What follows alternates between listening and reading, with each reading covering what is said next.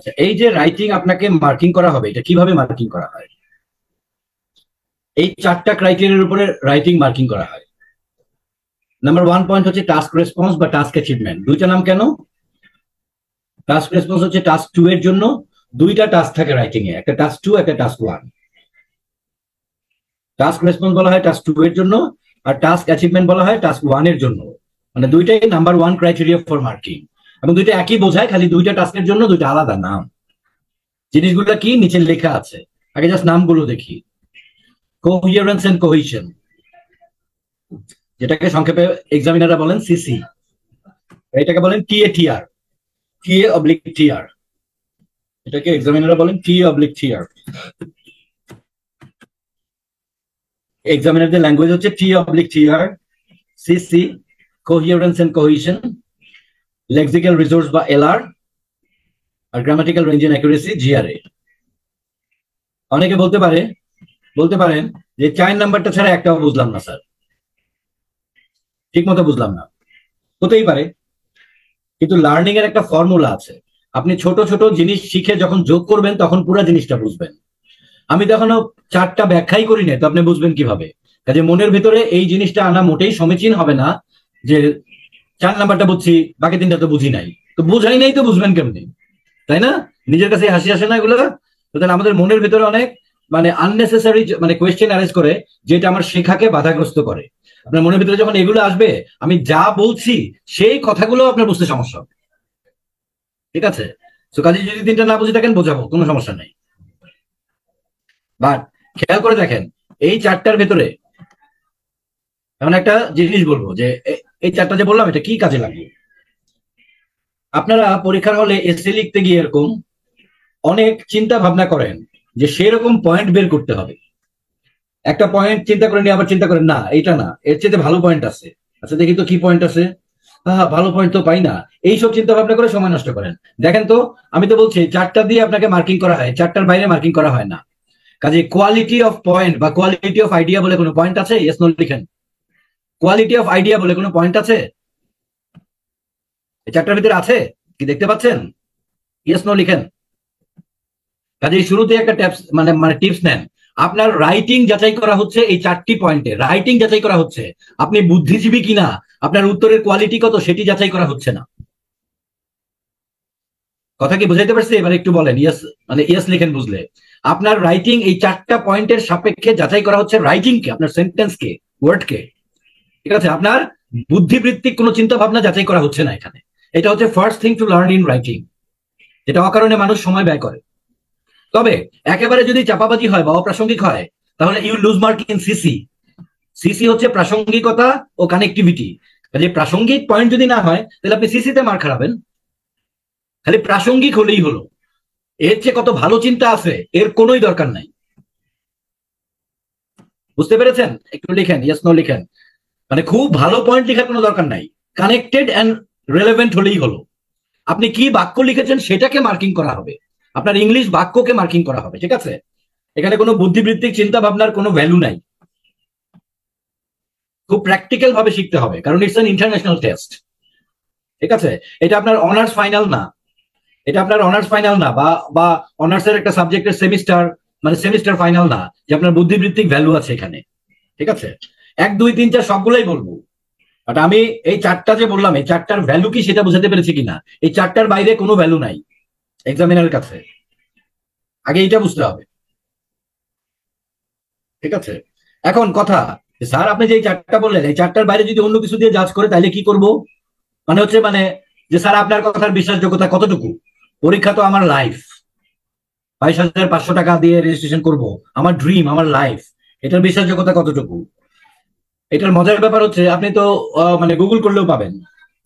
আচ্ছা, গুগলের উপরও বিশ্বাস করার দরকার নাই। আপনি যখন পরীক্ষা দিবেন, আপনার যে খাতা থাকবে, খাতার নিচের যে মার্জিনটা আছে না, ওই যে নিচে সাদা জায়গা থাকে, মানে রোল টানা খাতা থাকে আইএলটিএস এ, এই রোলের নিচে যে সাদা জায়গাটা আছে, মানে নিচের দিকে, উপর থেকে নিচের দিকে সাদা জায়গা, সেইখানে ঘর করা থাকবে, সেখানে লেখা থাকবে টিএটিআর, সিসি, ছাপার অক্ষরে লেখা থাকবে এলআর এবং জিআরএ। মানে এক্সামিনারের জন্য ঘর থাকে, এক্সামিনার এই 4টা ঘরেই মার্কিং করেন। এইটাকে নয় নয় কত পাইছে সেটা দেয়,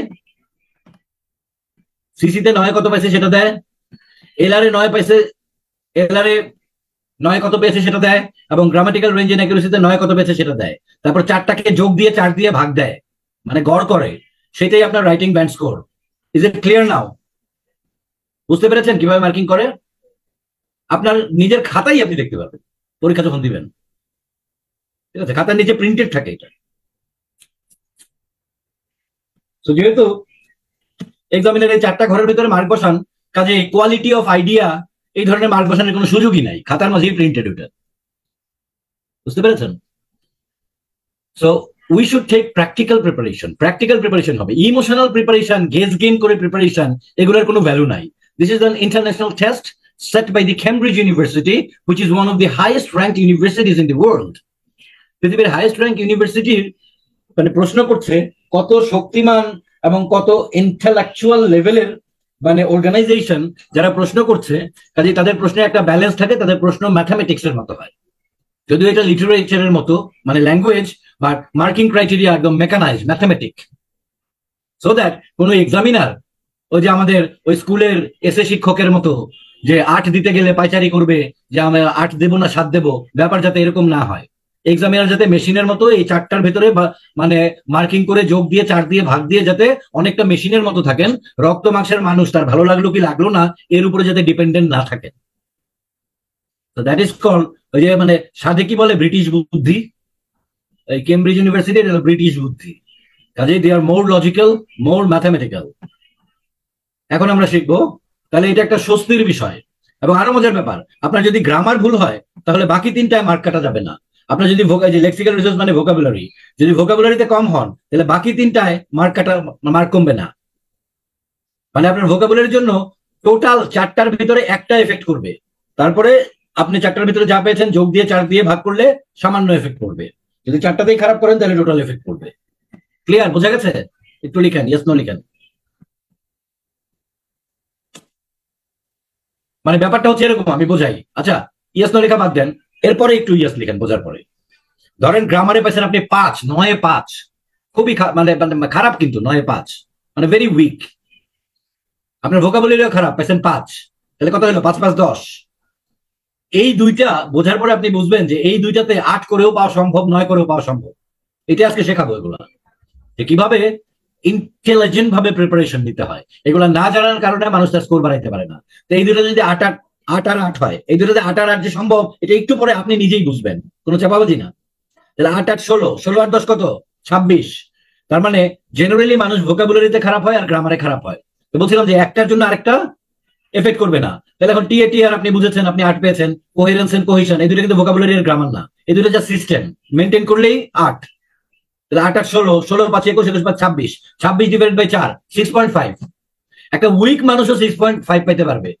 বুঝতে পারছেন এখন? ক্লিয়ার কিনা বলেন? আমি জাস্ট এক্সামিনারের যে মাইন্ডসেট, এক্সামিনাররা যেভাবে খাতা দেখেন সেই জিনিস আপনাকে বোঝাচ্ছি, ঠিক আছে? এবং আপনারা জেনে খুশি হবেন যে আমি যেহেতু one of the senior most trainer in Bangladesh, ঠিক আছে, আমার আমার এইজ কিন্তু এখন অফিসিয়াল এইজ হচ্ছে 52। আমার অফিসিয়াল এইজ হচ্ছে 52, 52 বছর বয়স আমার। তো কাজে definitely by age too I am one of the senior most, and by duration আমার যত লম্বা সময় ধরে করাচ্ছে খুব কম মানুষ। কাজে আমার অনেক শিষ্য আছে যারা এখন এক্সামিনার, আমার অনেক শিষ্য আছে এক্সামিনার। আমি সরকারি চাকরি করি বলে আমি এক্সামিনার হই না, বা হওয়া অনেক ঝামেলা আছে, পারমিশনের ব্যাপার আছে, ঠিক আছে? কাজে আমি যা বলছি মানে এটা আমি কিন্তু আপনাদেরকে আমার গর্বের জন্য বলি নাই, আপনারা যাতে ডিপেন্ড করতে পারেন এটার উপরে, অন্য কোনো লাইনে যাতে না যান, অন্য কথা না শুনে, সেই জন্য বলছি, so that you can have confidence in me, যে স্যার যেটা বলতেছে এটা একেবারে 100% সত্য কথা, ঠিক আছে? কারণ আপনি সেটাই বিশ্বাস করবেন যার একটা ব্যাপারে দীর্ঘদিনের অভিজ্ঞতা আছে, অথরিটি আছে, ঠিক আছে? সেই কথাগুলো আপনি বিশ্বাস করবেন। কেউ কিছু বললেই বিশ্বাস করে ফেলবেন না। আমি তো একেবারে অঙ্কের মতো আপনাকে বুঝাই দেবো ইনশাল্লাহ। আপনি গুগল করলেও পাবেন যে মানে writing marking criteria in IELTS, দেখবেন এই 4টা আসছে। আচ্ছা ফাইন, এখন একটা একটা করে ধরবো। হ্যাঁ,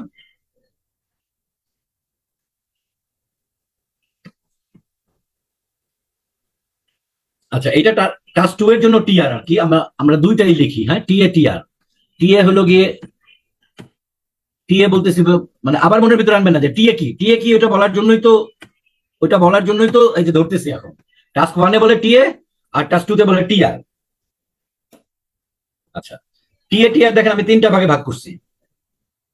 তবে মজার ব্যাপার হচ্ছে এই 4টা আপনি পাবেন, বাট এগুলা বলতে কি বোঝায় তার ব্যাখ্যা আমার মনে হয় না খুব ভালো কিছু পাবেন কোথাও, ওয়েবসাইটেও এরকম ভাবে নাই বা কোনো বইও নাই। এই 3টা মিলে হয় টাস্ক রেসপন্স, একদম ভেরি ডেফিনিটিভ অঙ্কের মতো। যেমন ওয়ার্ড লিমিট, ওই যে বলছিলাম যে এটাতে 8 পাওয়া সম্ভব, কিভাবে সম্ভব আপনি এখন নিজেই বুঝবেন।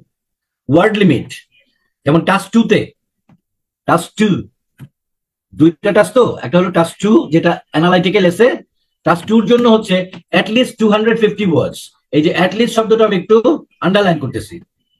অ্যাটলিস্ট মানে কি কমপক্ষে, তাহলে at least 250 means 250 plus. So 250 plus যদি হয় তাহলে 500 তো 250 প্লাস। কিন্তু বেশি চিন্তা করা যাবে না, কারণ 1 ঘন্টার ভিতরে আপনি আসলে 2টা টাস্ক লিখতে গিয়ে আপনি এত শব্দ লিখতে পারবেন না। কাজে ইনকমপ্লিট হয়ে গেলে তখন আবার আপনি ওই যে সিসিতে মার খারাবেন, কমপ্লিটনেসে মার খারাবেন। সিসি একেবারে 3-4 নেমে যাবে, যেখানে 8 পাওয়ার কথা সেখানে 3-4 নেমে যাবে যদি ইনকমপ্লিট হয়। কনক্লুশন প্যারাই লিখতে পারলেন না, তাহলে সিসি কমে যাবে। ঠিক আছে, সো কাজেই 250-এর উপরে বেশি, অতিরিক্ত বেশি হলে কোনো ক্রেডিট নাই। আবার বলি 250-এর যেহেতু অ্যাটলিস্ট 250, অতএব কেউ চিন্তা করলো 450 ওয়ার্ড লিখে ঠিক মতো, কারণ আপনি কমপ্লিট করতে পারলেন না, তাহলে তো মার্ক কমলো। আর 450 ওয়ার্ড কমপ্লিট করতে পারলেন, তাতেও আপনার কোনো ক্রেডিট নাই। যে 300 ওয়ার্ড লিখছে, এই ওয়ার্ড লিমিটে 450 যে 300 একই, কারণ 250 ক্রস করলে সব এক। কিন্তু যদি 250 নিচে হয় তাহলে ইউ লুজ মার্ক ইন টিএটিআর, আমি একটা একটা করে জিজ্ঞেস করবো আপনাদেরকে ক্লিয়ার হয়েছে কিনা, আবার বলবো। টিএটিআর এর ওয়ার্ড লিমিট ক্লিয়ার হয়েছে? টিএটিআর এর ওয়ার্ড লিমিট ক্লিয়ার হয়েছে কিনা? ঠিক একইভাবে টাস্ক 1 এর ওয়ার্ড লিমিট হচ্ছে 150। আচ্ছা, তাহলে একইভাবে টাস্ক 1 এর জন্য লিখি,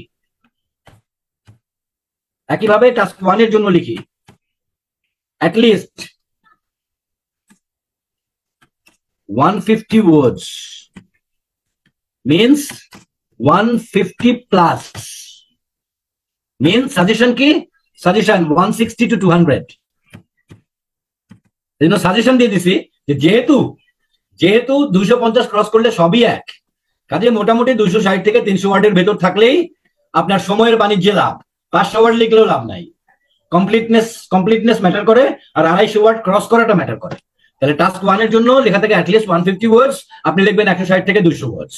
কাজে এখানে 9ও পাওয়া সম্ভব, মানে যে 1 নম্বরে 9 না, টাস্ক রেসপন্সে 9 হবে, বাট 3টা যদি আপনি মেনটেন করেন তাহলে মানে 8 তো পাওয়া যাবেই। আপনি বুঝবেন এখানে ভোকাবুলারিরও কিছু নাই, এখানে গ্রামারেরও কিছু নাই। সো টাস্ক রেসপন্স আশা করি ক্লিয়ার হয়েছে। এখন আসি দ্বিতীয়, following the pinpointed question areas only. এই কথাটা আপনার রাইটিং এর সংক্রান্তে জীবনে ধারণাই পরিবর্তন করে দিবে। Following the pinpointed question areas only, not straying from the main topic in question. আচ্ছা, তাহলে এইটাকে আমি একটু করতেছি, পিন পয়েন্টেড কোয়েশ্চেন এরিয়া। এটাকে লাল না করে ধরেন একটু অন্য কালার করি, যেহেতু মূল পয়েন্টটা লালে আছে।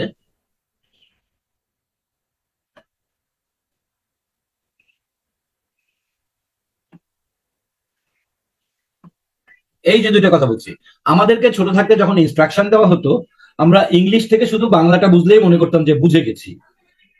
আচ্ছা, এখন বলেন তো, আমরা তো সবই পড়েছি, এই যে জবের বিভিন্ন আসে, মানে প্রশ্ন আসে, ইংলিশ বলেন, ম্যাথ বলেন, এই বলেন, সেই বলেন, আবার কেন কোচিং করা লাগে, আবার কেন প্রিপারেশন নেওয়া লাগে, এক পরীক্ষা দেওয়ার পরে 6 মাস পরে আরেক পরীক্ষা হইলে আবার কেন প্রিপারেশন নেওয়া লাগে? ওয়াই? বিকজ আমরা ধরে নিছি বাংলা অর্থ যদি বুঝে যাই কোনো কথার, তার মানে আমি বুঝে গেছি। এই যে একটা মিসকনসেপশন, এটা হচ্ছে লার্নিং এর একটা obstruction. Remember, translation doesn't mean anything, translation is only translation. আপনার আন্ডারস্ট্যান্ডিং অন্য জিনিস। যেমন এখানে এমন কোন শব্দ আছে, একটু বলেন তো ইয়েস অর নো, এমন কোন শব্দ আছে যেটা আপনি বোঝেন না?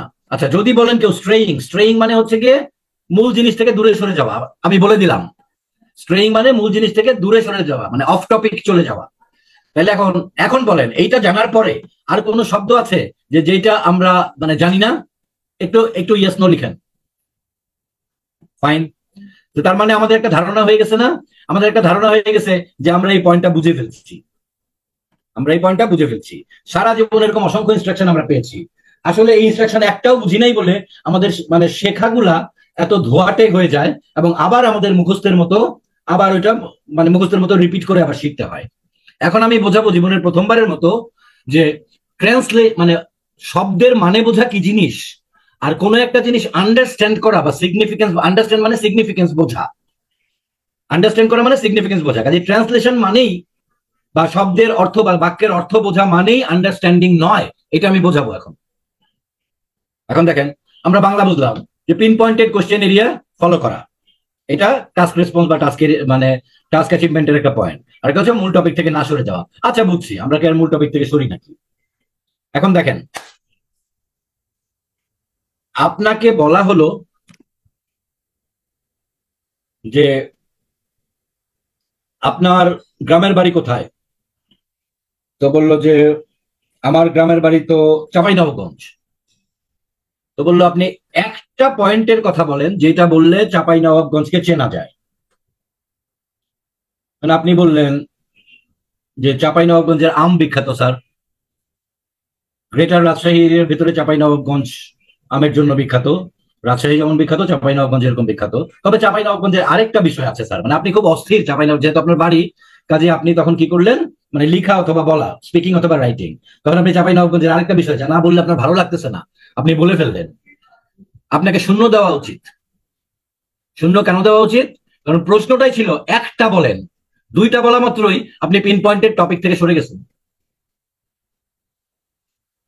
আচ্ছা আপনাকে বলা হলো বাংলাদেশের পাবলিক ট্রান্সপোর্টের একটি মেজর অসুবিধা বলেন। আপনার কাছে মনে হলো মেজর অসুবিধা তো তিন চারটা, আপনি উত্তেজিত হয়ে তিন চারটাই বলে ফেললেন আর মনে করলেন যে ফাটাই ফেলছি তো বলে উত্তর দিয়ে, আসলে নিজেই ফেটে গেছেন। আপনি আপনি প্রশ্নের উত্তর দেন নাই, আপনি অন্য প্রশ্নের উত্তর দিচ্ছেন। আপনার যদি ওই প্রশ্নের উত্তর দিতেন তাহলে আপনি একটি যেহেতু বলছি একটি মেজর প্রবলেম বলেন, ওই একটি মেজর প্রবলেমকে নিয়েই আপনি বড় করে আলোচনা করতেন। আর আপনি অন্য প্রশ্নের উত্তর দিচ্ছেন যে কি কি মেজর প্রবলেমস মানে প্লুরাল বাংলাদেশের ট্রান্সপোর্টের আছে। So you really answer to another question, not to the question that you are asked for. বুঝতে পারছি? একটু ইয়েস নো লিখেন, একটু ইয়েস নো লিখেন।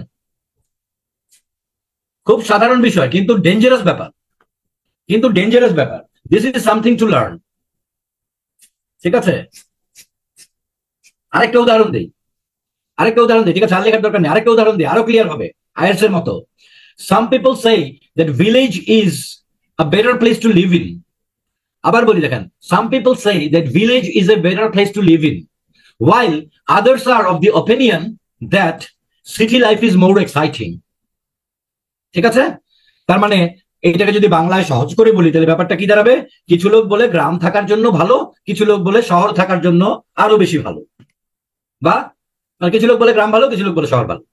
এখন আপনাকে প্রশ্ন করেছে এই গ্রাম শহর নিয়ে, এখন পরে যে প্রশ্নটা করব এক একটা অ্যাঙ্গেলের উত্তর এক এক রকম হবে। মানে এই গ্রাম শহর নিয়ে এখন 100 অ্যাঙ্গেলে প্রশ্ন করা যাবে, যে প্রত্যেকটা প্রশ্ন ডিফারেন্ট এবং ফলে তার উত্তর ডিফারেন্ট। মাত্র তো আমি টপিকটা বললাম, এটাকে বলে টপিক পার্ট। এখন কোশ্চেন পার্টের কোন অ্যাঙ্গেল সেই অনুযায়ী আপনাকে উত্তর দিতে হবে, যাকে বলে pinpointed or not straying from the topic. যেমন এখন যদি প্রশ্ন হয় যে গ্রাম ও শহরের সুবিধা অসুবিধা তুলনা করে আপনার কাছে কোনটি ভালো মনে হয় লিখুন, তাহলে এখন আপনি যদি গ্রামের সুবিধা আর শহরের সুবিধা লিখেন তাহলে তো হলো না, কারণ প্রশ্ন তো ছিল সুবিধা অসুবিধা। তাহলে সুবিধা অসুবিধা মানে শহরের সুবিধা এবং অসুবিধা, গ্রামের সুবিধা এবং অসুবিধা, এই চারটা বিবেচনা করে আপনি আপনার পছন্দের সাথে ম্যাচ করে বলবেন যে আমার কাছে ওই অসুবিধাগুলো তেমন অসুবিধা মনে হয় না, কারণ আমার কাছে ওগুলো ভালোই লাগে। হ্যাঁ, আর আলটিমেটলি ওইটার সুবিধাগুলো আমার কাছে বেশি, আরো বেশি ভালো লাগে, তো দুইটা মিলে আমার কাছে গ্রাম ভালো লাগে। অথবা আরেকজন বলতে পারে দুইটা মিলে আমার কাছে শহর ভালো লাগে। তাহলে এখানে যদি আপনি গ্রামের সুবিধা অসুবিধা এবং শহরের সুবিধা অসুবিধা এই চারটি বিষয় যদি না উত্থাপন করেন তাহলে আপনি টু দি পয়েন্ট লিখেন নাই। এখন দেখেন প্রশ্ন চেঞ্জ করে দেই, ওই গ্রাম শহর নেই, প্রশ্ন চেঞ্জ করে দিচ্ছি।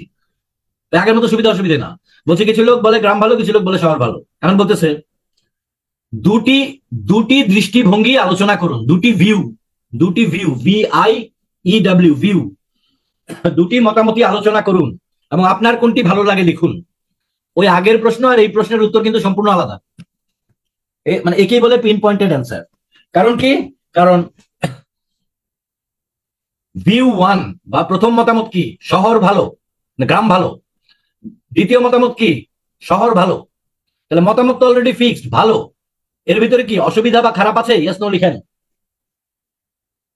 অসুবিধা বা খারাপ আছে? ইয়েস নো লিখেন। মানে ভিউ দুইটাই তো হচ্ছে শহর ভালো আর গ্রাম ভালো। এখন যদি প্রশ্নে থাকে যে শহর আর গ্রামের তুলনামূলক আলোচনা করেন, সুবিধা অসুবিধা তুলনামূলক আলোচনা করেন, তাহলে সে সুবিধা অসুবিধা আসবে। এখন বলো দুটি মতামতই আলোচনা করেন, তো মতামতের ভিতরে তো খারাপ নাই, অসুবিধা নাই তো। তাহলে এখন আপনাকে লিখতে হবে কিভাবে? এক প্যারায় লিখবেন শহর যারা ভালো বলে তারা কেন ভালো বলে, মানে শহরের তিনটা সুবিধা লিখবেন, তিন চারটা সুবিধা লিখবেন। দ্বিতীয় প্যারায় ভিউ টু লিখবেন যে গ্রাম যারা ভালো বলে তারা কেন ভালো বলে।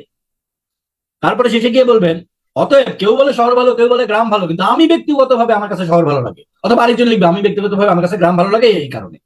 এটার উত্তর হবে এইখানে যদি কেউ আগেরটার মতো শহরের অসুবিধা আর গ্রামের অসুবিধা লিখে আর বলে যে মামা আজকে তো ফাটাই ফেলছি, আজকে তো শহরের সুবিধা অসুবিধা গ্রামের সুবিধা অসুবিধা দুইটাই লিখা দিয়ে মানে সব লিখা দিয়ে আসছে, কিচ্ছু বাদ দিই নেই, ফাটাই ফেলাইছি, আসলে ও নিজেই ফেটে গেছে। তো এই যে দ্বিতীয় পয়েন্টটাই বিষয়টাই একটা ফাটাফাটির বিষয়। আসলে কে ফাটে, আমি ফাটি ঠিক আছে নাকি এসে ফাটে? কারণ আপনি যদি পিন পয়েন্ট লিখতে পারেন তাহলে তাহলে আপনি ফাটাই দিয়েছেন, মানে এসে ফাটছে। আর যদি আপনি না বুঝতে পারেন এটা, তাহলে আপনি ফেটে গেছেন। ঠিক আছে, আমরা আরো করতে করতে বুঝবো। সোজা কথা, টপিকের পরে কোশ্চেন কোন অ্যাঙ্গেলে করা হয়েছে সেই অ্যাঙ্গেলে উত্তর দিতে হবে। ওই বিষয় নিয়ে গণহারে আলোচনা হারাম।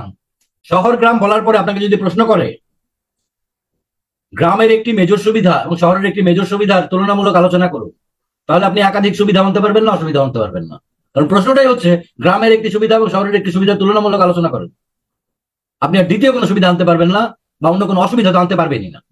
তার মানে একটা হচ্ছে টপিক, বিগার টপিক, আরেকটা হচ্ছে question angle. Answer according to the question angle, not the bigger topic. Clear sir? দুঃখজনক ব্যাপারটা কি বলেন তো?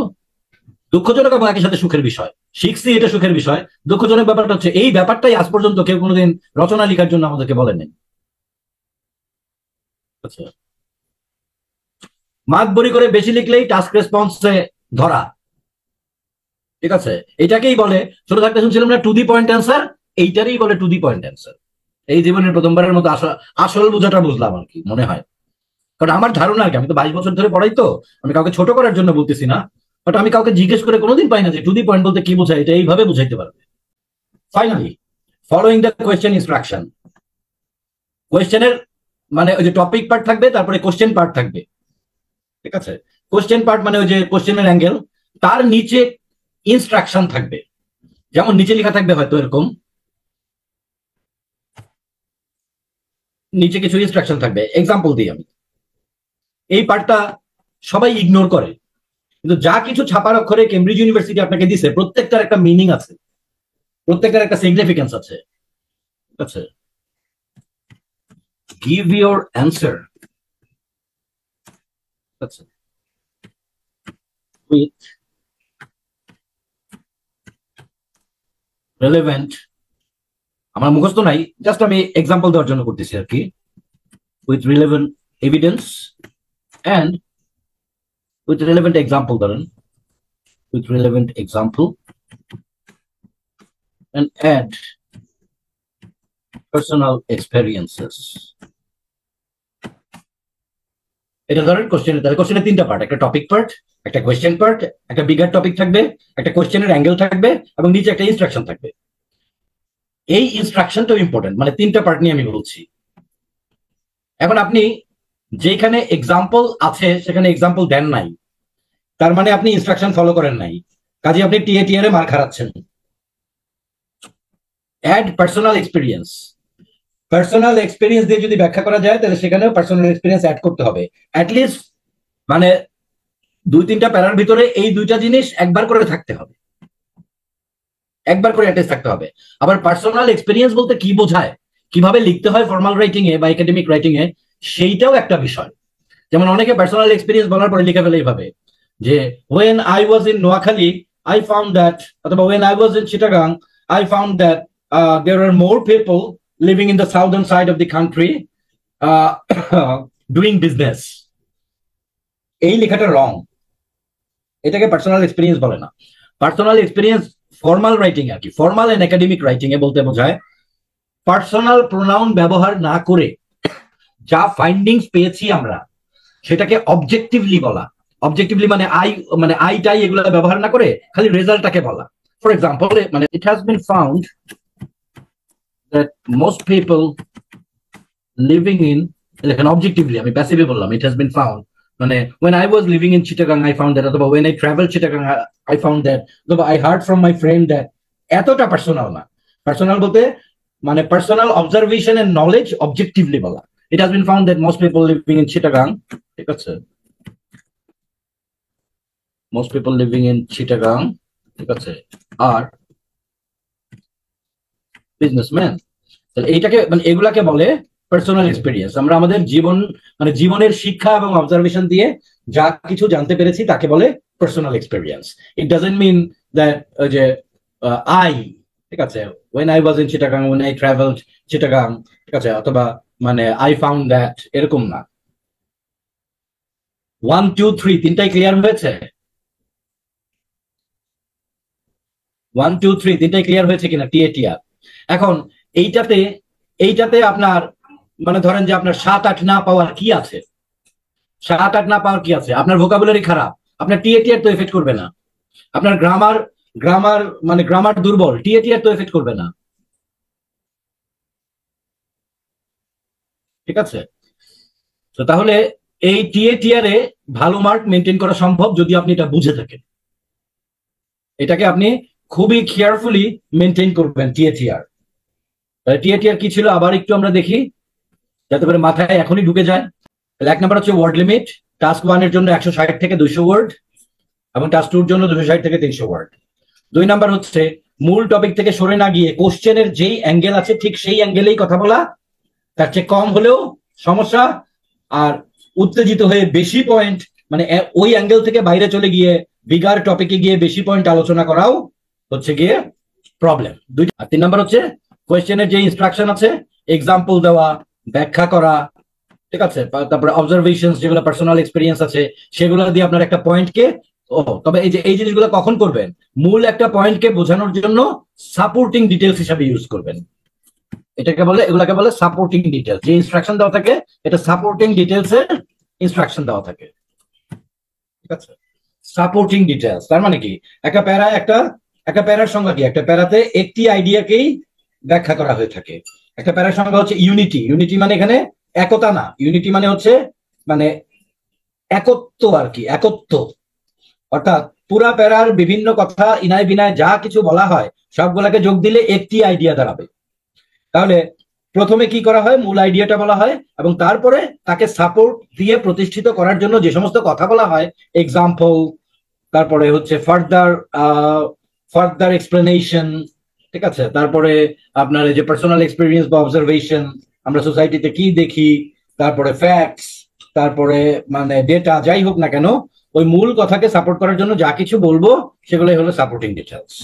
তাহলে সাপোর্টিং ডিটেলসে যেখানে ইনস্ট্রাকশন দেওয়া থাকে, অন্য সাপোর্টিং ডিটেলস আপনি দিতে পারবেন, বাট ইনস্ট্রাকশনে যেই সাপোর্টিং ডিটেলস গুলো থাকে যেমন এক্সাম্পল এবং পার্সোনাল এক্সপিরিয়েন্স, এটাকে বাদ দেওয়া যাবে না। এটাকে বাদ দিলে মার্ক কমে যাবে, TATR এর মার্ক কমে যাবে।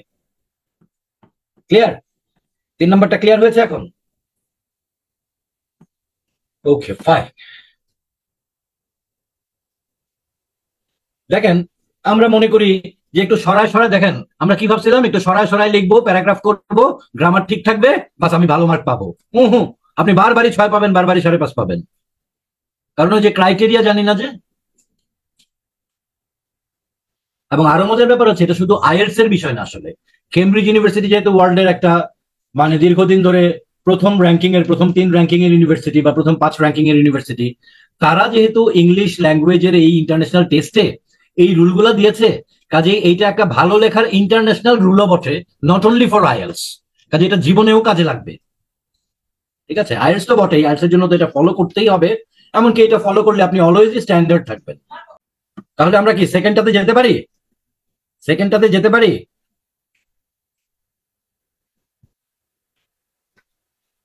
ওকে, ঠিক আছে। তাহলে এখন আমরা চলে আসবো কোহিয়ারেন্স এন্ড কোহিশন। এইটার বাংলা করাটা খুবই মুশকিল আর কি, আসলে এগুলা লিঙ্গুইস্টিক টার্ম তো। সোজা কথা, যা করলে কোহেরেন্স এন্ড কোহেশনের মানে এইটা তা না, কিন্তু আমি আপনাদেরকে ভুল শেখাতে চাই না। শুধু শুধু এটার যে বাংলা, ওই বাংলাও এক কঠিন বাংলা, ঠিক আছে। বাট কি করলে কোহেরেন্স এন্ড কোহেশন মেনটেন হয়, সেটা হচ্ছে প্রাসঙ্গিকতা এবং কানেক্টিভিটি। কোহেরেন্স এন্ড কোহেশনের বাংলা কিন্তু এটা না, আমি বলে দিচ্ছি। বাট এই জিনিসগুলো করলে সিসি মেনটেন হয়। এক নাম্বার প্রাসঙ্গিক কথা বলা, আরেকটা হচ্ছে কানেক্টিভিটি, কানেক্টেড থাকা। সেটা কিভাবে করে সেটা শিখবো আমরা এখন।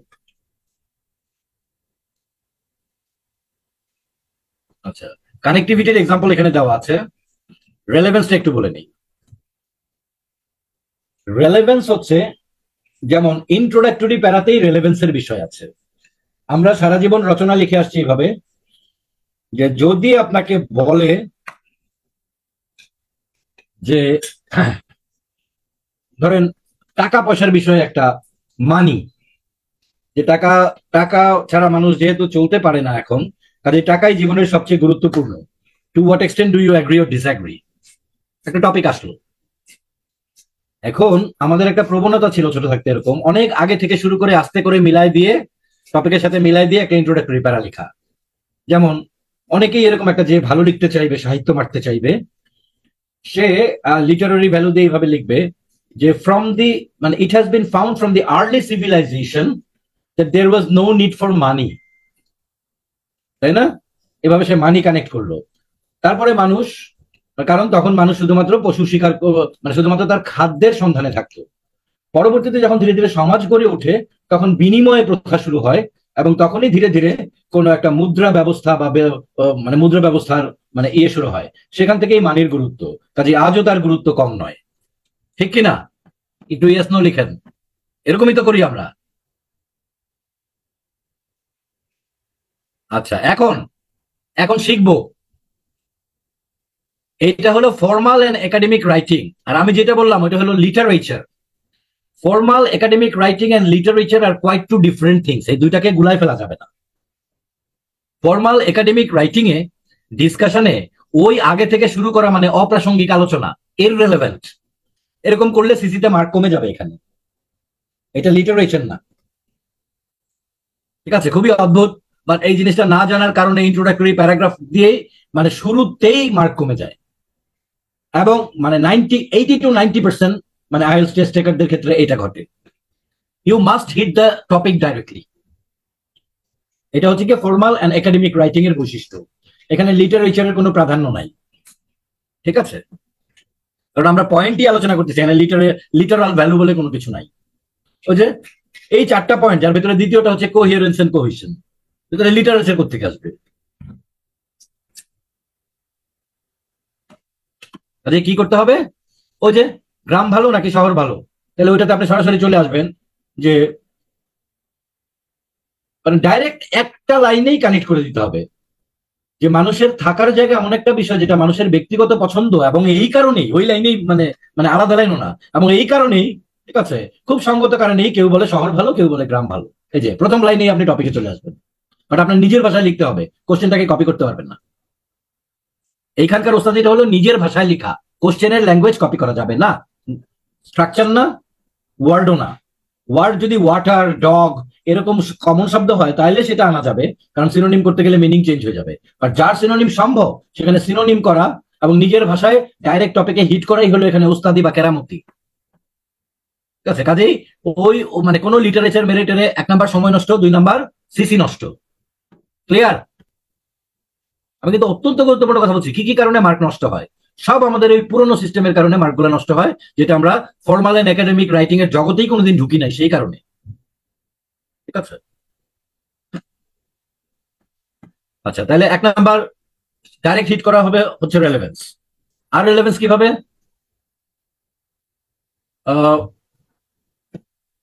আচ্ছা, এটা নিয়ে একটা মজার একটা মজার একটা স্টোরি বলি। স্টোরি মানে হচ্ছে ছোট আর কি, মানে আমার পার্সোনাল এক্সপিরিয়েন্স আর কি। এটা হচ্ছে স্পিকিং ক্লাস নিচ্ছিলাম, তো স্পিকিং ক্লাসে বলছিলাম মানে স্পিকিং এ এরকম সিসি আছে, তাহলে সিসি থাকলে তো রেলেভেন্স থাকেই। তো রেলেভেন্স আমি বলি নাই, প্রথমে বলছিলাম যে আপনি আপনাকে যদি জিজ্ঞাসা করে যে হোয়াটস ইউর নেম, আপনি যদি বলেন কাজী মোহাম্মদ শফি ইকবাল, তাহলে এখানে আপনি কোনো মার্ক ক্যারি করতেছেন না। কারণ কি? কারণ এইখানে যেমন আপনার পয়েন্ট কোনো ইস্যু না, মানে যে পয়েন্টের কোয়ালিটি কোনো ইস্যু না, এই 4টা ইস্যু, এই যে 4টা ক্রাইটেরিয়া ইস্যু। ঠিক একইভাবে আপনার নাম জানা কোনো ইস্যু না, আপনার দেশের বাড়ি কোনো ইস্যু না, সব তো আপনার পাসপোর্টেই লেখা আছে, তারপরে জিজ্ঞেস করে কেন? কারণ আপনি যা কথা বলবেন স্পিকিং, তার কোয়ালিটিটা ইস্যু। আপনার ইংলিশ সেন্টেন্স ইস্যু, আপনি তো সেন্টেন্সই বলেন না, আপনি শব্দ বলছেন, তো কাজে মার্ক কেমনে দিবে, তাই না? আপনি যদি বলেন মানে হোয়াটস ইওর নেম, কাজী মোহাম্মদ শফিক ইকবাল, তাহলে আপনি তো স্পিক করেন নাই, তো মানে এগুলো তো বিক্ষিপ্ত শব্দ। তাহলে আপনাকে বলতে হবে যে my full name is Kazi Mohammad Shafiq Iqbal, at least একটা সেন্টেন্স হলো। তো তারপরে আপনার ফ্লুয়েন্সি যদি যাচাই করতে হয়, যেটা স্পিকিং এর একটা ক্রাইটেরিয়া আছে, তাহলে আপনাকে আরো দুই একটা লাইন অ্যাড করতে হবে। সেই কারণেই বেশি বলতে হয় যে well my official name is Qazi Muhammad Shafi Iqbal and people of my family and my close friends call me Shafi and some other call me Iqbal as well, so you can call me either of the name, Shafi or Iqbal. এখন আপনাকে আপনার speaking ability জাজ করার একটা scope তৈরি হয়েছে এক্সামে। এইটা শোনার পরে এক দুষ্ট স্টুডেন্ট সে বলতেছে তাইলে তো স্যার অনেক স্টোরি বানানো যায়। তো সে যা বললো তাকে আমি বাংলাই বলি আর কি, তাহলে মজার জন্য বললাম তো আমি, কারণ ওই যে ক্লাস করতে করতে আমরা হাঁপায় যাই, তো মাঝখানে কিছু ইনফরমেশনও পাইলাম, মজাও পাইলাম, এই ক্লাসটা ভালো লাগে। বাংলা করলে তারা এরকম, সে বলতেছে যে 1986 সাল, সময় তখন ভোর 5টা, মানে হোয়াটস ইওর নেমের উত্তর, হোয়াটস ইওর নেম হচ্ছে 1986 সাল, সময় তখন ভোর 5টা 40 মিনিট। আচ্ছা, সদর হাসপাতাল বরিশাল, এক শিশুর জন্ম হলো। আচ্ছা, তার বাবা রাখলেন নাম মোহাম্মদ কাজিম উদ্দিন, কিন্তু তার মা বললেন না, কাজিম নামটা যেন কেমন হয়ে যায়, একটু মডার্ন নাম রাখো। তো ফলে আমার নাম তখন হচ্ছে গিয়ে মানে কিছু একটা বললো আর কি। তো এইটা হচ্ছে উচ্চমাত্রার শয়তানি। কারণ কি? কারণ হচ্ছে এক নাম্বার হচ্ছে গিয়ে সে মানে বলতে চাইলো যে এইভাবে ইনাই বিনাই অনেক কিছুই বলা যায়, এটাই বলতেছেন স্যার। তো এই জন্য এটা একটা উচ্চমাত্রার শয়তানি ছিল। কিন্তু আসলে উত্তরটা ছিল এরকম যে কোনো কিছু আমার কথায় হবে না, আপনার কথায় হবে না, কোনো কিছুই শয়তানি হবে না, ভালো হবে না, যতক্ষণ না পর্যন্ত মার্কিং ক্রাইটেরিয়া কথা বলবে। মার্কিং ক্রাইটেরিয়াতে সব জাজ করতে হবে, আমিও জাজ করার কেউ না। আমি যা বলবো সব মার্কিং ক্রাইটেরিয়াতে বলবো, মানে এক্সামের ভাষায় কথা বলবো। যেহেতু আপনি আপনার নাম কি প্রশ্নের উত্তরে আপনি চলে গেছেন 1986 সাল, এবং এই 2টা লাইন বলার পরেও আপনার নামের উত্তর আসতেছে না, অতএব আপনার উত্তর অপ্রাসঙ্গিক, irrelevant, so you lose mark in CC. উত্তর হবে এইটা, কোনো কিছুই মানে আমার কথায় হবে না, এক্সামের কথাবার্তায় হবে। Clear sir? হ্যাঁ, কিন্তু সাহিত্য অনুযায়ী কিন্তু এটা কিন্তু মারাত্মক একটা উত্তর হইতে পারত, বাট এখানে ওই সাহিত্য মারার কোনো অবকাশ নাই। তাহলে এইটা দেখে তো আমরা অনেক ভালো বুঝছি যে আসলে রেলেভেন্স জিনিসটা কি। ঘুরায় পেঁচায় কোনো কিছু চলবে না, ঠিক আছে? আপনি যা বলবেন ডাইরেক্ট বলবেন, কিন্তু তার ভেতরে আপনার সিসি থাকবে, আপনার টিএটিআর থাকবে, আপনার ভোকাবুলারি থাকবে, আপনার গ্রামার ভালো থাকবে। এই 4টা দিয়ে আপনার মার্কিং চলতে থাকবে, অন্য কিছু দিয়ে আপনার মার্কিং হবে না, কোনো লাভ নাই, কোনো দাম নাই। যেই 4টা দিয়ে মার্কিং করা হয় সেই 4টা দিয়েই যাচাই হতে থাকবে আপনার টোটাল লেখা প্রতি লাইন। আশা করি বোঝা যাচ্ছে এখন। এই জিনিসগুলো না বুঝে প্রিপারেশন নিলে তো আপনার মাইন্ডসেটই আসবে না যে আইএলটিএস রাইটিং কি জিনিস। এই জন্য মিনিমাম 2টা বেসিক ক্লাস লাগে আসলে। আরেকটা গ্রামার নিয়ে যখন বলবো তখন দেখবেন যে অনেক কিছু ইনশাল্লাহ ঠিক হয়ে যাবে। আচ্ছা, এখন কানেক্টিভিটি কি? কানেক্টিভিটি হচ্ছে একটা প্যারাতে কি থাকে, ওয়ার্ডস থাকে। ওয়ার্ড মিলে কি হয়, সেন্টেন্স হয়। ধীরে ধীরে ছোট থেকে বড় করছি। ওয়ার্ড মিলে হয় সেন্টেন্স, সেন্টেন্স মিলে হয় প্যারা, আর প্যারা প্যারা মিলে হয় এসে। ছোট থেকে বড় করি দেখেন, ওয়ার্ড মিলে হয় সেন্টেন্স, সেন্টেন্স কতগুলো মিলে হয় একটি প্যারাগ্রাফ, কয়েকটি প্যারাগ্রাফ মিলে হয় একটি এসে। তাহলে এই যে ওয়ার্ড টু ওয়ার্ড হাত ধরে সেন্টেন্স করে, সেন্টেন্স টু সেন্টেন্স একটার সাথে আরেকটা হাত ধরে ফুলস্টপের মাধ্যমে পৃথক হয়, বাট মানে যে পাশাপাশি আর কি। তো একটার সাথে আরেকটা কানেক্টেড কিনা, ওয়ার্ড টু ওয়ার্ড কানেক্টেড হয়ে ঠিক আছে তো, সেন্টেন্স টু সেন্টেন্স ঠিক মতো অর্থ অনুযায়ী কোনো কানেক্টিং ওয়ার্ড আছে তো, এমনকি প্যারা টু প্যারা কানেকশন আছে কিনা। যেমন আপনি যদি একটি প্যারায় লিখেন গ্রাম, তাহলে যদি লিখেন on the one hand village, examiner কি করেন জানেন, পরের লাইন না দেখে পরের প্যারা দেখেন আগে, যেহেতু অন দি ওয়ান হ্যান্ড বলছেন, কাজে পরের প্যারাতে আপনি অন দি আদার হ্যান্ড লিখছেন কিনা, নাহলে তো এক হাতলা হয়ে গেল। আপনি যদি প্রথম প্যারায় সুবিধা লিখে থাকেন, তাহলে পরের প্যারায় হাউএভার অথবা ইন কন্ট্রাস্ট, বাই কন্ট্রাস্ট এগুলা লিখেছেন কিনা, মানে উল্টা কানেকশন বা সিমিলার কানেকশন এগুলো আছে কিনা। সো কানেক্টিভিটি বলতে বোঝাবে generally sentence to sentence connection and para to para connection. এবং কানেকশন মানেই কিন্তু একই একই জাতীয় কথা তা না, উল্টা দিকের এটাও কানেকশন বলে। ঠিক আছে, উল্টা দিকের বিষয়কেও কানেকশন বলে। Right, logical flow of ideas through connectors, through connectors. এবং এটা কানেক্টিং ওয়ার্ডস থাকবে। ফর এক্সাম্পল, আপনি শুরুতে যদি কিছু বলেন, মানে আপনি 2টা পয়েন্ট বলবেন বা 3টা পয়েন্ট বলবেন, তাহলে শুরুটা বলেন in the beginning, in the beginning ওই যে ভিলেজ লাইফ ইজ, এখন পরের প্যারায় আপনি লিখবেন শহর। তাহলে এখন বললেন লুকিং ফর, না প্রথম প্যারায় বললেন সে সিটি, ইন দ্য বিগিনিং, যেহেতু এখানে মানে লেখা আছে পরেরটাতে ভিলেজ, শুরুটাতে সিটি বললাম, in the beginning city life is অমুক অমুক অমুক, তারপরের প্যারায় গিয়ে আপনি লিখলেন লুকিং ফরওয়ার্ড টু ভিলেজ। তার মানে বোঝা গেল যে এখন ভিলেজের আলোচনা হবে। আপনি কোনো কিছু সাপোর্ট দিতে গেলেন, তাহলে এক্সাম্পল সবসময় ফর এক্সাম্পল না বলে তোকে ভ্যারি করতে হবে। ফর এক্সাম্পল, ফর ইনস্ট্যান্স, এমনকি এইটাও একটা language. This can be seen by the fact that, মানে আমরা এই ঘটনার মাধ্যমে এটা বুঝতে পারি যে তার মানে this is also an example. তাহলে এই যে আমি একটা কিছু বলে নিয়ে যখন আমি বলি ফর ইনস্ট্যান্স অথবা this can be seen by the fact that, এর মানে কি আগেরটার সাথে হাত ধরলো যে আগের পয়েন্টটার ব্যাখ্যা চলছে উদাহরণের মাধ্যমে। সিমিলার পয়েন্ট কানেকশন, আপনি প্রথম পয়েন্ট বললেন ফার্স্টলি, তারপর একটা বললেন সেকেন্ডলি, থার্ডলি, অথবা বললেন টু স্টার্ট উইথ, তারপরে বললেন মোর over, further more, in addition, likewise, similarly. এখানে একটা জিনিস শিখাই দিই আজকে, 1 2 1 2 1 2 এগুলোকে বলে কার্ডিনাল নাম্বার, এগুলোকে বলে কার্ডিনাল নাম্বার। ফার্স্ট সেকেন্ড এগুলোকে বলে অর্ডিনাল নাম্বার।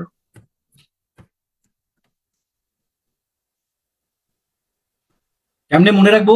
এই যে আজকে বললাম, পরে আবার এই দুইটার ভিতরে এই কোনটা জানি কার্ডিনাল কোনটা জানি অর্ডিনাল।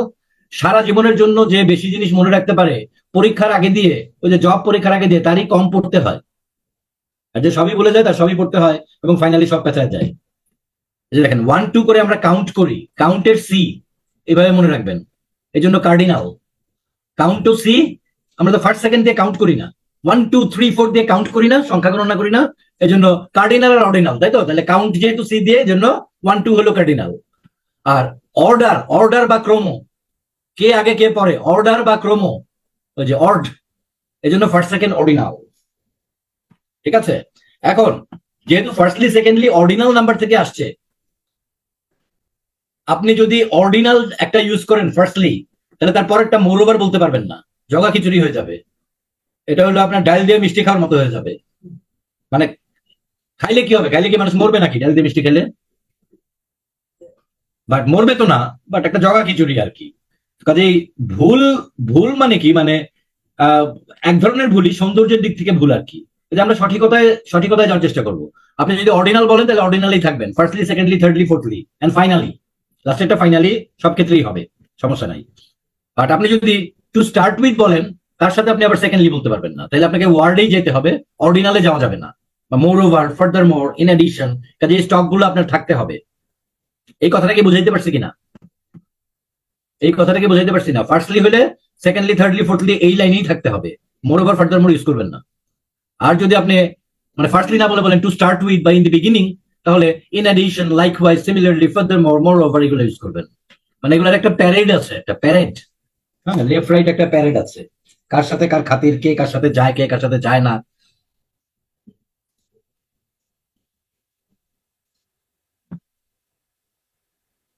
Connectivity, okay fine. এখন আসি এই যে কানেক্টর কন্ট্রাস্টে কিরকম হতে পারে। কন্ট্রাস্টে হতে পারে যেমন যে হাউএভার, হাউএভার আমাদেরকে শিখাইছে যাই হোক না কেন। আসলে হাউএভার শুধুমাত্র বিপরীত, মানে বিপরীত ধর্মী কথা বলার জন্য হাউএভার ব্যবহৃত হবে রাইটিং এ, এছাড়া অন্য কোনো ভাবে ব্যবহার করা যাবে না। অন্য কোনো মোড় ঘোরার জন্য ব্যবহার করা যায় না হাউএভার, কারণ অন্য কোনো মোড় একই প্যারায় কোনোদিন ঘোরে না। ঠিক আছে, উল্টা জিনিস, উল্টা জিনিস আসতে পারে, উল্টা জিনিসের জন্য হাউএভার। একইভাবে বাটও উল্টা জিনিসের জন্য, এবং দো আরো আছে, বাট এগুলো জাস্ট কমন জিনিস আর কি। তাহলে এগুলো হচ্ছে কন্ট্রাস্টিং কানেক্টরস। ঠিক আছে, এই পর্যন্ত বোঝা গেছে? 1 2 দুইটাই কি বোঝা গেছে? ঠিক আছে, ঠিক আছে। এখন আসি ভোকাবুলারি। ভোকাবুলারি সংক্রান্ত একটা মিসকনসেপশন বা ভ্রান্ত ধারণা বা ভুল ধারণা ভেঙে দিচ্ছি আজকে। আমাদের একটা প্রবণতা আছে, সেটা হচ্ছে কিছু কঠিন কঠিন শব্দ শেখা এবং তার বাংলাটা জেনে নিয়ে, বাংলাটা যেহেতু জানি কাজেই কোনো একটা জায়গায় বাংলা মিনিংটা আসলে অন্য জানা শব্দের পরিবর্তে ওই কঠিন শব্দটা খ্যাট করে ঢুকাই দিয়ে সেন্টেন্সে মনে করি যে একটা মারাত্মক ব্যবহার করছি, তাই তো? এখন এইটা খুব dangerous behaviour and dangerous attitude for vocabulary learning. ভোকাবুলারির মূল জিনিস হচ্ছে আসলে অ্যাপ্রোপ্রিয়েসি বা এনভায়রনমেন্ট। শব্দের পরিবেশ আছে, সব পরিবেশে মানে ইংলিশ থেকে আপনি বাংলা করলেন, এখন এই বাংলার ইংলিশ মনে করেন 5টা ওয়ার্ড আছে বা 4-5টা ওয়ার্ড আছে। এই 4-5টা ওয়ার্ডের ভিতরে হয়তো 2টা ওয়ার্ড ওই বাংলার পরিবর্তে ব্যবহার করা যাবে, দেখা যাবে যে বাকি 3টা ওয়ার্ড বা সিনোনিম ওই ওই একই পরিবেশে ব্যবহার করা হারাম, এটা অন্য আরেকটা কাছাকাছি ভিন্ন আরেকটা পরিবেশে ব্যবহার করতে হয়। তো ফলে মিনিং অনেক সময় খুব হাস্যকর হয়ে যায়। তো এটা আমি প্রায় এরকম একটা এক্সাম্পল দিয়ে বোঝাই, সেটা হচ্ছে একজন চাইনিজ লোক বাংলা শিখে, মানে চাইনিজ লোক বাংলা শিখেছে। তো বাংলা শেখার পরে সে জানলো যে বড় বড়, বিগ, গ্রেট, আর বাংলা শিখছে বড় অবলিক বৃহৎ। এখন যেহেতু বড় শব্দটা একটা সাধারণ শব্দ, বৃহৎ একটা রিকার আছে, একটা খণ্ডত আছে, সে তো নিশ্চয়ই ভেবেছে যেহেতু চাইনিজ লোক, হ্যাঁ সে বাংলা শিখেছে, ওই যে মানে আমাদের যেরকম ইংরেজি আমাদের মাতৃভাষা না, আমরা ইংরেজি শিখছি মোটামুটি, তো সে অনেক বছর ধরে শিখছে মোটামুটি, কিন্তু ধরেন যে মানে সব শব্দের পরিবেশ সংক্রান্তে তার ধারণা নেই। তো সে ভাবছে যেহেতু রিকার আছে খণ্ডত আছে এটা একটা হাই ফ্রিকোয়েন্সি ভোকাবুলারি বা হাই ভোকাবুলারি, তখন সে বলছে রবীন্দ্রনাথ একজন বৃহৎ কবি। আবার শোনেন, রবীন্দ্রনাথ একজন বৃহৎ কবি। এখন আপনি হঠাৎ করে বলতে পারবো না যে কবির সাথে বৃহৎ কেন হয় না, কিন্তু এরকম তো জীবনে শুনি নাই। কবির সাথে বড় কবি বললেও ঠিক আছে, হ্যাঁ উঁচু মাপের কবি ঠিক আছে, বাট বৃহৎ কবি তো যাবে না। তাহলে এটা যেরকম হাস্যকর হয়ে গেছে, ইংরেজিতেও ঠিক এরকম নতুন একটা খটর মটর বা একটা কঠিন শব্দ শিখে নিয়ে তার বাংলা জানি বলে ওই একই জায়গায় শব্দটি ব্যবহার করার কারণে প্রায়ই আমাদের বৃহৎ কবি হয়ে যায়, যে কথাটা আমাদেরকে কেউ কখনো বলে নাই।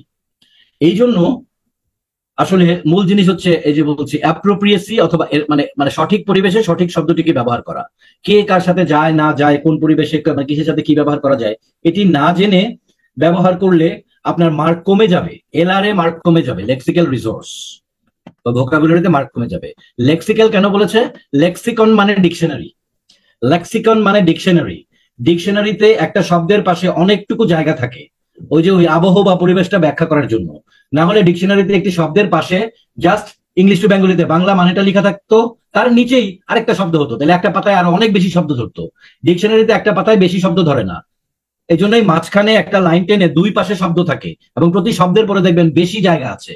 তো ডিকশনারি যেমন একটা শব্দের যথার্থ প্রয়োগ সহ নিশ্চিত করে, এই জন্য এর নাম দিয়েছে লেক্সিক্যাল রিসোর্স।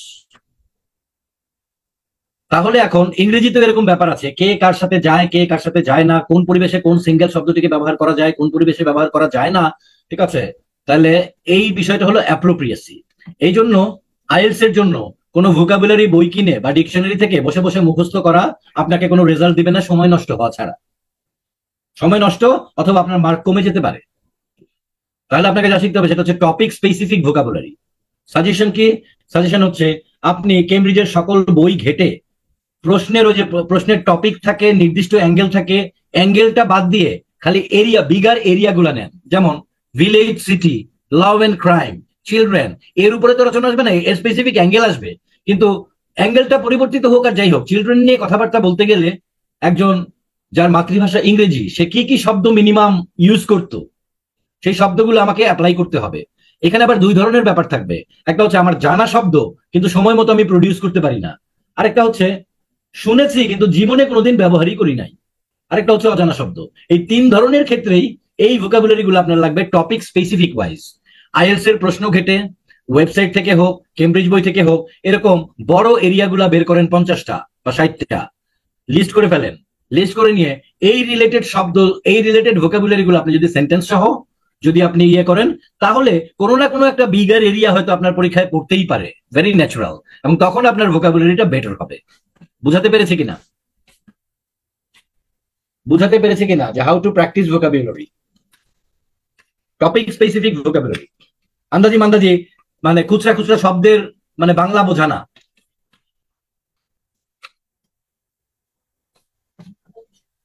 নেক্সট, ভোকাবুলারির দ্বিতীয় পয়েন্ট,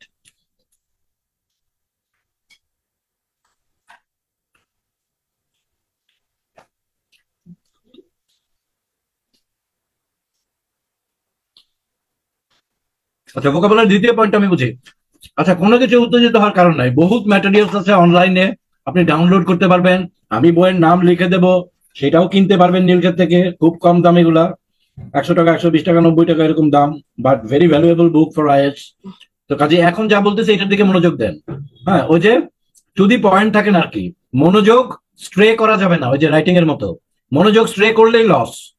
আবার এই কথাগুলো কিন্তু আপনি পাবেন না কোথাও, এটা আমি একেবারে অ্যাসুরেন্স দিচ্ছি, এইভাবে বোঝানো আপনি কোথাও পাবেন না, নো ওয়্যার অন আর্থ। তাহলে আমরা আগে বুঝে নেই, তারপরে আমি ম্যাটেরিয়াল সাজেস্ট করতেছি, ঠিক আছে? একটার ভিতরে আরেকটা আনলে হবে কি আপনার আপনার মিস আউট করবেন আপনি।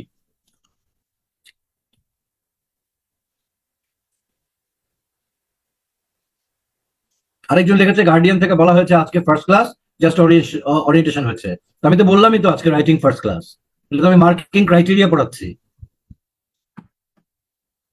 কেন? মানে এই যে আমি এত করে এত কষ্ট করে বোঝাচ্ছি কথাগুলো, তার ভিতরে হঠাৎ করে একটা মানে আজের একটা ডাউট নিয়ে আসলেন। রাইটিং তো ফার্স্ট ক্লাসই আজকে, আপনার 4টা মডিউল আপনি পেলেই তো হলো।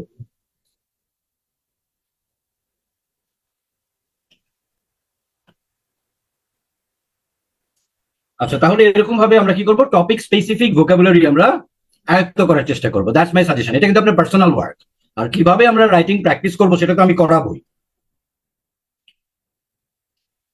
কলোকেশন, যে কার সাথে কে যায়, যে বৃহৎ কবি, যেমন বললাম বৃহৎ কবি হয় না, বড় কবি হয়। আবার দেখেন ইংলিশে যদি একটা বিল্ডিং হয় উঁচু, তাহলে আমরা বলবো টল বিল্ডিং, আমরা কোনোদিন হাই বিল্ডিং বলতে পারবো না, কারণ হাই এর সাথে বিল্ডিং যায় না কোনোদিন। অথচ আবার মানে এটা ক্রস, কিন্তু আবার হাই রাইজ যদি একসাথে হয় সেটা আবার হবে হাই রাইজ বিল্ডিং হবে, এটা আবার কারেক্ট। তাহলে tall building correct, high rise building correct, but high building wrong. তাহলে আমাদের জানা শব্দের ভিতরেই তো কলোকেশনের প্রবলেম আছে। কলোকেশন মানে ওয়ার্ড অ্যাসোসিয়েশন, কে কার সাথে যায় কে কার সাথে যায় না। তো এটাও ভোকাবুলারির পয়েন্ট, মানে এক্সামিনাররা এই বিষয়গুলো চেক করেন। ফাইনালি ভোকাবুলারির তৃতীয় যে পয়েন্টটা আমরা কন্ট্রোল করলে আমাদের ভোকাবুলারির মার্ক অবশ্যই ভালো আসবে, সেটি হচ্ছে সিনোনিম। যেমন প্রশ্নে আছে village, village life and city life, মানে আপনি যদি বারবার ভিলেজ লাইফ আর সিটি লাইফ ব্যবহার করেন তাহলে প্রশ্নের শব্দটিকে আপনি নিলেন, কারণ there is scope urban life এবং রুরাল লাইফ বলা, আরবান লাইফ এবং রুরাল লাইফ বলা। কাজে আপনি শুরুতেই দেখাবেন, প্রশ্নে থাকবে ভিলেজ লাইফ সিটি লাইফ, আপনি শুরুতেই লিখবেন আরবান লাইফ রুরাল লাইফ। এটা কি করলেন? সিনোনিম ব্যবহার করলেন। এখন বারবার আরবান লাইফ রুরাল লাইফ যদি আবার ব্যবহার করেন তাহলে তো আবার রিপিটেশন হয়ে যাচ্ছে। তো প্রথমবার দেখিয়ে নিয়ে আপনি সেকেন্ড টাইম তারপরে ভিলেজ লাইফ বা ভিলেজ সিটি এই শব্দ ব্যবহার করতে পারবেন, বাট অ্যাটলিস্ট আপনাকে সিনোনিমের ক্ষমতা দেখাতে হবে, যদি সিনোনিম থেকে থাকে। যেমন ওয়াটার, ওয়াটারের কোনো সিনোনিম হবে না, জেনারেলি কমন নাউন্স গুলোর সিনোনিম কম হয়। আচ্ছা আচ্ছা, আরেকটা হলো প্যারাফ্রেজিং। প্যারাফ্রেজিং মানে সিনোনিম তো ব্যবহার করাই, সেন্টেন্স স্ট্রাকচারটাকেও পরিবর্তন করা, সেন্টেন্স স্ট্রাকচারটাকেও পরিবর্তন করা, এক্সপ্রেশনটাকে পরিবর্তন করা। যেমন বললো যে দেখেন যে some people say that village life is a better place to live in, full stop. Others say that life in city is more exciting. মানে আপনি কি করলেন, ফুল স্টপ না দিয়ে আপনি দুটাকে একসাথে করে দিলেন। A group of people feel that, some people say that এর পরিবর্তে a group of people feel that, টোটালটাই আপনার, a group of people feel that rural life has rural life has more appeal as a living place, while দেখেন তাহলে full stop দিয়ে দুটো বাক্য ছিল, আপনি এটাকে এক বাক্য করে ফেললেন, ওয়ার্ডও চেঞ্জ করে ফেললেন। while others are of the opinion that, ওখানে ছিল others believe that, others are of the opinion that urban life has something more to offer as an exciting place. কোনো কঠিন শব্দ দিই নেই কিন্তু আমি, ওস্তাদিটা এইখানে, এটাকে বলে প্যারাফ্রেজিং। ক্লিয়ার হয়েছে? প্যারাফ্রেজিং, আমি কোনো কঠিন শব্দ দিই নেই, কিন্তু যে আমি যে বললাম মুখ দিয়ে, দেখেন আমি টোটাল নিজের ভাষায় বলেছি। এটা মুখস্থ করার কিছু নাই স্যার, ঠিক আছে? এটা মুখস্থ করার কিছু নাই, জাস্ট মানে আপনি ব্যাপারটা বুঝতে পেরেছেন কিনা। আপনার যে ওইটার পরিবর্তে এইটাই বলতে হবে আমি যেটা বলছি সেটা তো না, আপনি আপনার মতো করে বলেন, but try to use the synonymous words and try to write it in your own sentence structure. এটাই হলো কথা। এটা ম্যান টু ম্যান ভ্যারি করতে পারে, আপনারটাও ঠিক আমারটাও ঠিক, যতক্ষণ পর্যন্ত দুজনেই সিনোনিম ইউজ করেছি, প্যারাফ্রেজিং ইউজ করেছি, মানে ব্যাপারটা মেকানিজমটা যাতে ঠিক থাকে আর কি। ওয়ার্ড আপনার চেঞ্জ হোক, কোনো সমস্যা নেই, বাট প্রশ্নটাকে কপি করতে পারবেন না, প্রশ্নের মতো কাছাকাছি হওয়া যাবে না, তাহলে you lose mark in LR, lexical resource বা ভোকাবুলারিতে মার্ক হারাবেন। আশা করি বোঝা গেছে মোটামুটি। এটা কিন্তু রাইটিং এর ওরিয়েন্টেশন ক্লাস, কি এক্সামিনার কিসের উপরে মার্কিং করে সেটা শেখাচ্ছি। So therefore this is the orientation class of writing. নাহলে তো রাইটিং এর প্রশ্ন ধরেই সলিউশন দেখাতাম। যখন আমরা রাইটিং ক্লাস করবো তখন বুঝবেন যে এটা কেন ওরিয়েন্টেশন ছিল। দুইটা বেসিক ক্লাস করাবো, মানে রাইটিং এর ওরিয়েন্টেশনের জন্য। ওরিয়েন্টেশন মানে কি? মানে এটার সাথে সম্পৃক্ত হওয়া। ওরিয়েন্টেশনের জন্য দুইটা বেসিক ক্লাস, দুইটা ওরিয়েন্টেশন ক্লাস হবে রাইটিং এর। একটা হচ্ছে আজকে এই মার্কিং ক্রাইটেরিয়া, আর শনিবার পরশুদিন এই 4 নাম্বারটা, এই যে 4 নাম্বারটা গ্রামাটিক্যাল রেঞ্জ এন্ড অ্যাকুরেসিতে অনেক জিনিস আছে। অর্থাৎ এই যে গ্রামার আমরা যেটা নিয়ে, মানে সবকিছু ঠিক আছে কিন্তু লিখতে গিয়ে আপনার গ্রামার অনেক ভুল হয়। গ্রামারে যদি 3-4 পেয়ে যান তাহলে তো আলটিমেটলি এফেক্ট পড়বে অনেক বেশি, তাই না? অনেকেরই হয়তো গ্রামারে দুর্বলতা আছে, আবার অনেকের সাধারণ গুলা ঠিক হলেও অ্যাডভান্স গ্রামার গুলা কিভাবে মানে উপস্থাপন করতে হয় রাইটিং, একটা লঙ্গার সেন্টেন্স লিখতে পারি না। তাহলে সেই জিনিসগুলো আমরা শনিবারে শিখবো, এবং এই শনিবারের পরে আমরা কি করব, সরাসরি রাইটিং মডিউলে ঢুকে যাব। অর্থাৎ আইএলটিএস এর প্রশ্ন দিয়ে সলিউশন, স্যাম্পল রাইটিং অ্যানালাইসিস করে শেখাবো যে কেন এটা ভালো লেখা। সো দেয়ারফর রাইটিং মডিউলের, আইএলটিএস রাইটিং মডিউলের ডাইরেক্ট প্রশ্ন হবে হচ্ছে কি আগামী ক্লাসের পরের ক্লাস। আর এগুলা আমি এই জন্যই করাচ্ছি, এই ওরিয়েন্টেশন গুলা, এই বেসিক্স গুলা না থাকলে রাইটিং মডিউলের বছর জুড়ে প্রিপারেশন নিলে কোনো লাভ নাই। এগুলোর ভিত্তিতেই প্রিপারেশন নিতে হবে। ফাইনালি হলো গ্রামাটিক্যাল রেঞ্জ এন্ড অ্যাকুরেসি। এখানে আমি দুটো পয়েন্ট উল্লেখ করছি। একটা হচ্ছে কিসে সহজে মার্ক কমে যায় সেই জিনিসটাকে ঠিক করা, আরেকটা হচ্ছে তার মানে মার্ক যাতে না কমে। তো না যদি কমে তাহলে কত হইতে পারে? 6, 6.5 এরকম। তার মানে যার গ্রামার ঠিক থাকে মোটামুটি সে 6, 6.5 এর বেশি কখনোই পায় না। এই জন্যই আপনারা প্রায় শুনবেন যে সে তো ভালো, সে ডক্টর, সে ইঞ্জিনিয়ার, কিন্তু 6.5 এর বেশি রাইটিং এ তুলতে পারতেছে না কেন? কারণ সে ভাবছে শুধু গ্রামার, আর বাকি 3টার খোঁজ কই। খালি গ্রামার ঠিক থাকলে তো হবে না। তো কাজে কারো যদি বেসিক্স ঠিক থাকে তাহলে 6 পর্যন্ত পাইতে পারবে, 6.5 পর্যন্ত পাইতে পারবে। এখন এই গ্রামারেই কিভাবে বেশি পয়েন্ট তোলা যাবে, আর বাকি 3টা যদি ঠিক থাকে, যে 3টা বুঝে আসলাম, তাহলে তখন মার্ক বাড়বে। তাহলে একটা হলো যেমন singular, plural, subject, verb, agreement, tense, এগুলো যদি ভুল হয় তাহলে গ্রামারে মার্ক মারাত্মক ভাবে কমে যাবে। টোটাল রাইটিং এর কথা কিন্তু বলি নাই, 4টার ভিতরে একটা শুধু গ্রামারের মার্ক মারাত্মক ভাবে কমে যাবে, যেটা যোগ দিয়ে 4 দিয়ে ভাগ দিলে কিছুটা এফেক্ট পড়বে ভালোই। তাহলে এই জিনিসগুলো যেগুলো একেবারে বেসিক গ্রামার আর কি, তাহলে সেগুলাকে কোনোভাবেই ভুল হতে দেওয়া যাবে না, যাবে না, যাবে না। তাহলে গ্রামারে মার্ক ভীষণ ভাবে কমে যাবে। এখন কেউ বললো যে ঠিক আছে স্যার এইটারে কন্ট্রোল করলাম, কিন্তু ভালো পাইতে চাই, তাইলে কি করব? তাইলে একটু অ্যাডভান্স গ্রামারও লাগবে। বেসিক্স ঠিক থাকতে হবে, প্লাস একটু অ্যাডভান্স গ্রামার লাগবে। যেমন সিম্পল, কমপ্লেক্স, কম্পাউন্ড, এই 3 ধরনের সেন্টেন্সের একটা সমন্বয় থাকতে হবে। একটু লঙ্গের সেন্টেন্স 2-একটা বা কিছু লঙ্গার সেন্টেন্সের এবিলিটি দেখাইতে হবে, নাহলে আপনাকে মানে 7, 7.5, 8 কেন দিবে? কন্ডিশনালস 2-একটা সেন্টেন্স থাকতে হবে। এগুলো যদি ভরা থাকবে তা না, এগুলো নমুনা উপস্থিত থাকতে হবে মিনিমাম। তারপরে স্পেলিং যদি ভুল যায় তাহলে গ্রামারে মার্ক কাটা যাবে। আরেকটা হলো মেকানিক্স, যেটা নিয়ে আমরা মোটেই একেবারে মানে কোনোভাবেই মানে চিন্তার ভিতরেই নাই, বিচলিত তো পরের কথা। মেকানিক্স হলো জ্যোতি চিহ্নের ব্যবহার, ইংলিশ গ্রামারে এটাকে মেকানিক্স বলে। অর্থাৎ আমরা ফুল স্টপ ছাড়া তেমন কিছু ইউজ করি না, কমাও ঠিক মতো ইউজ করতে পারি না, আর সেমিকোলন, ড্যাশ, রানিং সেন্টেন্সে কোলন এ তো দূরের কথা, তো জানিও না ঠিক মতো। তাহলে এগুলাও গ্রামারের ইস্যু। তাহলে এগুলো হচ্ছে অ্যাডভান্সড।